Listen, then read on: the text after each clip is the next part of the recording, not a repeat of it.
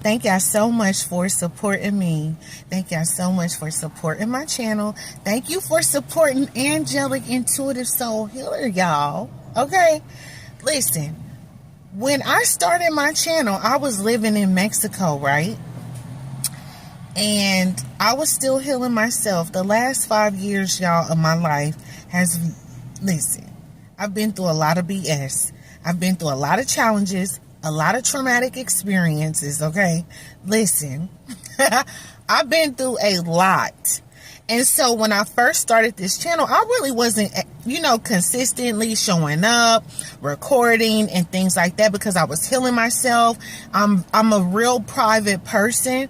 I don't really care to share my story, my life, things that I've been through. I was so ashamed of all of the dysfunction and stuff like that, that I've been through, the traumatic experiences, the losses, the grief, the trauma, all of this stuff I've been through, y'all, since I was a kid. Like me coming on here, sharing my story, like I didn't want to do all of that. Like I didn't want to talk about spiritual warfare because I've literally had to fight to get to where I'm at today.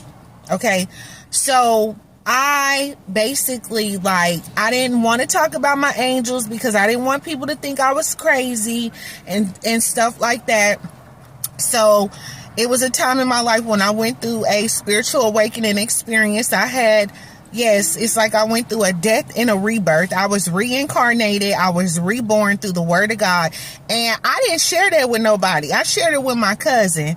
And it's like he was the only one that I was able to really talk to about this experience that I had.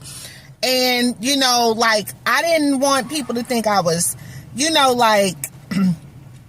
basically extraordinary. I tried to hide in the background. I'm not a person that like to be on the scenes like that. I like to be in the cut, just doing what God tell me to do. I'm not that type of person that wanted to, be in the forefront, the limelight, sharing my story. So when I first started this channel, y'all, I really wasn't consistent like that. I probably would have grown my channel further than it is now. Okay, had I started back 5 years ago and I was recording my journey, that's not something that I did because I don't feel like everybody need to see everything. And that was a time that I needed for myself in quiet between me and God. It wasn't no time for me to be recording nothing and showing people what it was that I was doing in my private time with God.